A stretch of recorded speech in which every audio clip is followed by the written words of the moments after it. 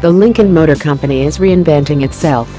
After a generation of MKXs and MKXs that struggle to differentiate themselves from high-trim Fords, we got the one-two punch of Continental and redesigned Navigator. These aren't just a return of proper nameplates either. Instead, Lincoln finally has some compelling luxury vehicles that don't just feel like upscale Fords. Enter the 2019 Nautilus, Lincoln's newest entry in the popular midsize luxury SUV market. Lincoln says midsize SUVs represent around 27% of the brand's sales, so there's a lot weighing on the success of this replacement for the Edge-based MKX. The improvements have to reach beyond just a new name and refreshed look. The new Nautilus has to feel like an all-new vehicle. New look, new attitude. The Nautilus uses a new exterior design that brings the SUV's look in line with the Continental and Navigator. But fun fact, Lincoln's representatives told me the Nautilus is actually the behind-the-scenes pioneer of the brand's new design language, so this is more than just a facelift. It's not a bad-looking thing either. Standard LED front and rear lights give the SUV a very premium feel, and optional steering-sensitive adaptive lighting improves nighttime visibility. The lighting also plays heavily into what the automaker calls the Lincoln Embrace, where the cabin, exterior, and Lincoln Star puddle lights all automatically illuminate when the driver approaches the vehicle. The Nautilus's look still has a lot of the angular profile of the MKX, and you can still see its Ford edge roots in the slope of the D-pillar, but the details of this generation are much smoother and less in your face.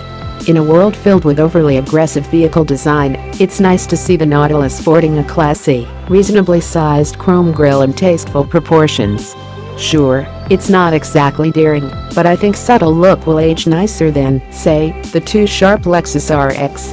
Upgraded cabin, familiar tech. My test Nautilus is a fully loaded black label model in burgundy velvet metallic paint with the new Gala interior theme, which debuts on the 2019 SUV, with deep red and black leather and aluminum trim.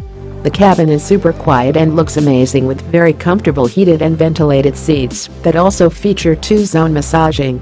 Details like the L-shaped interlocking pattern on those seats add a nice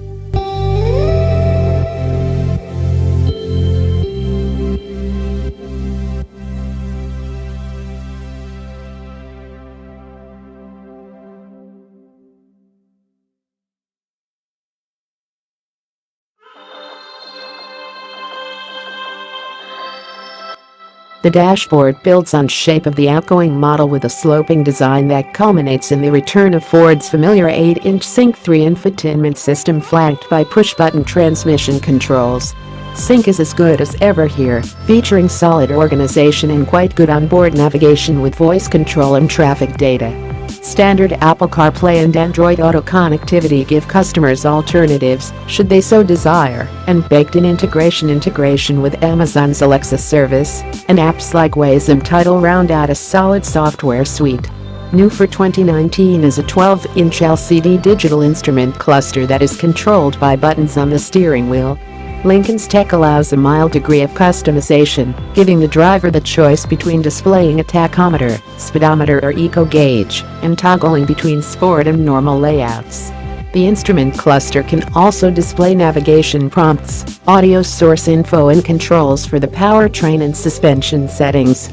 Copilot 360 driver aid tech. The Nautilus introduces Lincoln Copilot 360, which basically takes the automaker's various driver aid technologies and rolls them into one easy-to-digest package with radar and camera sensors.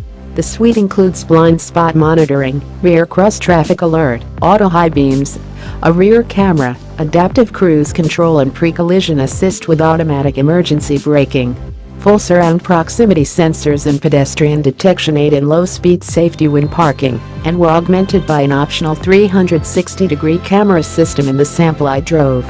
Lincoln has paid particular attention to steering assist technology for this generation, upgrading its lane-keeping system with a lane centering function that takes a more active role in keeping the SUV between the lines on the highway.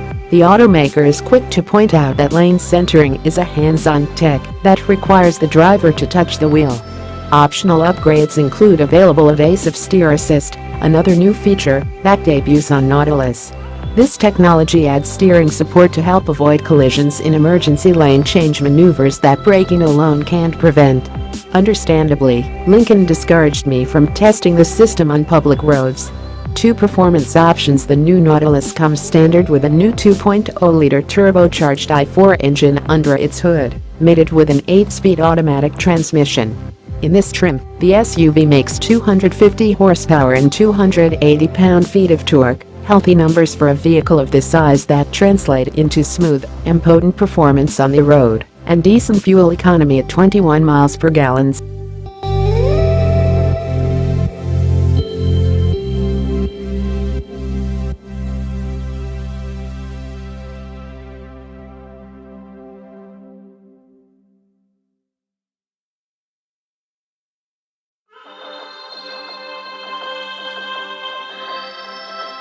Most of my time, however, was spent with the optional 2.7-liter twin-turbocharged V6 engine, a carryover from the last generation MKX that boasts internal efficiency improvement, but the same 335 horsepower and 380 pound-feet of torque as before. This engine is also paired with an 8-speed auto, but with different gear ratios. Spexing the larger motor steps fuel economy down to 18 city and 21 combined miles per gallon. However, the V6's 27 highway miles per gallon is surprisingly better than the i4, possibly due to its better low-end torque and taller gearing.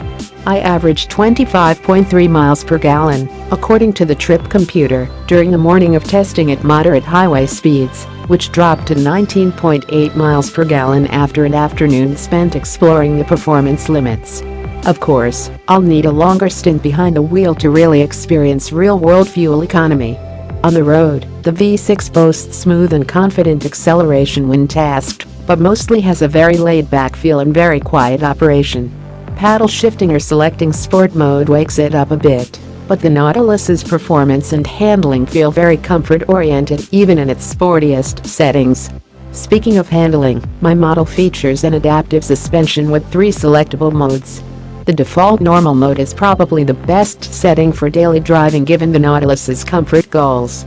In this setting, the SUV absorbs bumps well, while offering surprisingly responsive steering. However, the lack of feel and abundance of roll and dive when pushed hard were disconcerting on faster corners.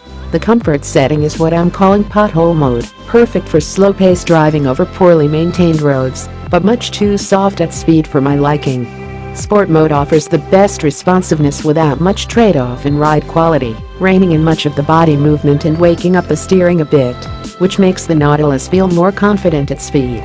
Something old, something new. The Nautilus will start at $41,335, including a $995 destination charge for the base model and stretch to $57,890 for black label models. Close to fully loaded, my example stickers at $66,635.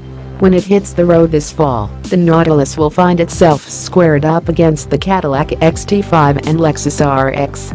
Lincoln's representatives say they didn't consider the Acura RDX a competitor, but I'd toss the new 2019 model into the mix considering its recent growth spurt and comparable pricing. Looking closely, this all-new model feels more like the sum of many small improvements, a refresh rather than a reinvention. From the powertrain to the cabin tech and interior design, this still feels like an MKX with a new name. That's fine because, at the macro level, the 2019 Lincoln Nautilus is overall a better, more luxurious vehicle than the MKX it replaces, and a much better fit, both stylistically and in terms of content, with car